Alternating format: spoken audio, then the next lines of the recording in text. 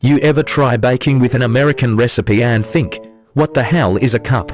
Or see a US weather report say it's 85 degrees and realize that means hot, not you're literally on fire?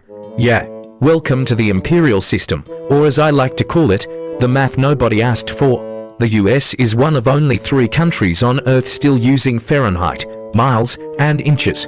The other 2, Liberia and Myanmar, that's not exactly the all-star club of modern measurement. So, how did this happen? Why does America insist on measuring things in a way that confuses the entire planet and half of its own population? Because it's not laziness, it's not ignorance, it's history, pride, and a sprinkle of rebellion baked into the American DNA. And today, we're unpacking that story. Part 1, the British leftovers nobody wanted. Let's start in the 1700s. America, fresh out of revolution, had just dumped British rule, but kept British inches, British feet, and British pounds. Why? Because revolutionaries didn't exactly have time to invent new rulers while fighting the world's biggest empire.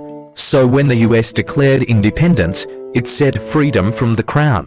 But keep the measuring sticks, please.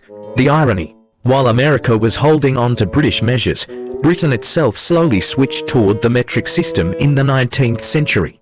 It's like breaking up with your ex, watching them glow up, and still keeping their toothbrush.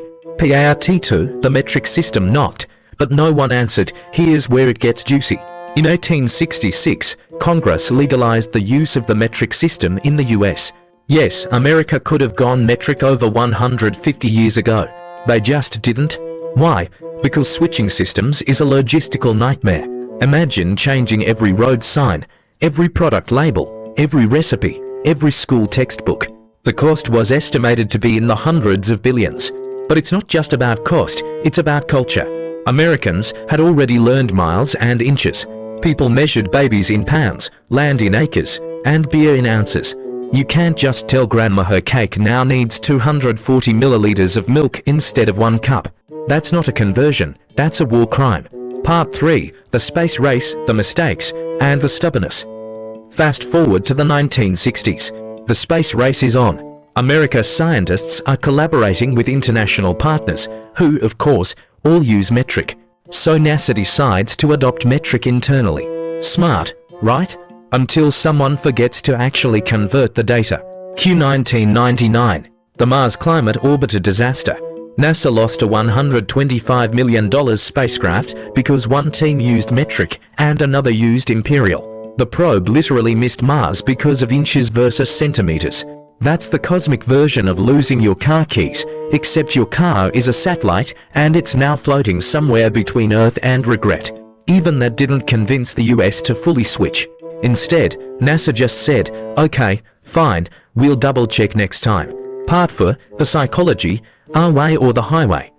Here's the real kicker. America doesn't just use imperial because of habit. It's also psychological. The imperial system feels American. It's tied to identity, independence, tradition, self-reliance. When other countries adopted metric as a symbol of modern progress, the US saw it as foreign conformity. Metric was their system. Imperial was ours. It became a quiet form of cultural rebellion, a small way to say, we'll do things our way, thank you very much. And honestly, that mindset runs deep. Because America doesn't like being told what to do even when it's clearly easier. If metric is efficient, Americans will proudly choose freedom inches. Part 5, the money and the mayhem. Every year, American businesses lose millions because of measurement confusion. From automotive parts that don't fit to imported goods that need conversion, the inefficiency is real. And then there's the education cost. Kids in American schools have to learn to systems, metric for science, imperial for daily life. It's like being bilingual, but both languages are math. Even global companies like Coca-Cola and Apple produce 2 versions of their packaging, one for America, one for everyone else. All because the US won't budge. Yet, despite all that, there's a strange charm in it. Inches and miles are woven into American storytelling. An inch away from victory, go the extra mile. Try replacing those with metric, and they just don't hit the same.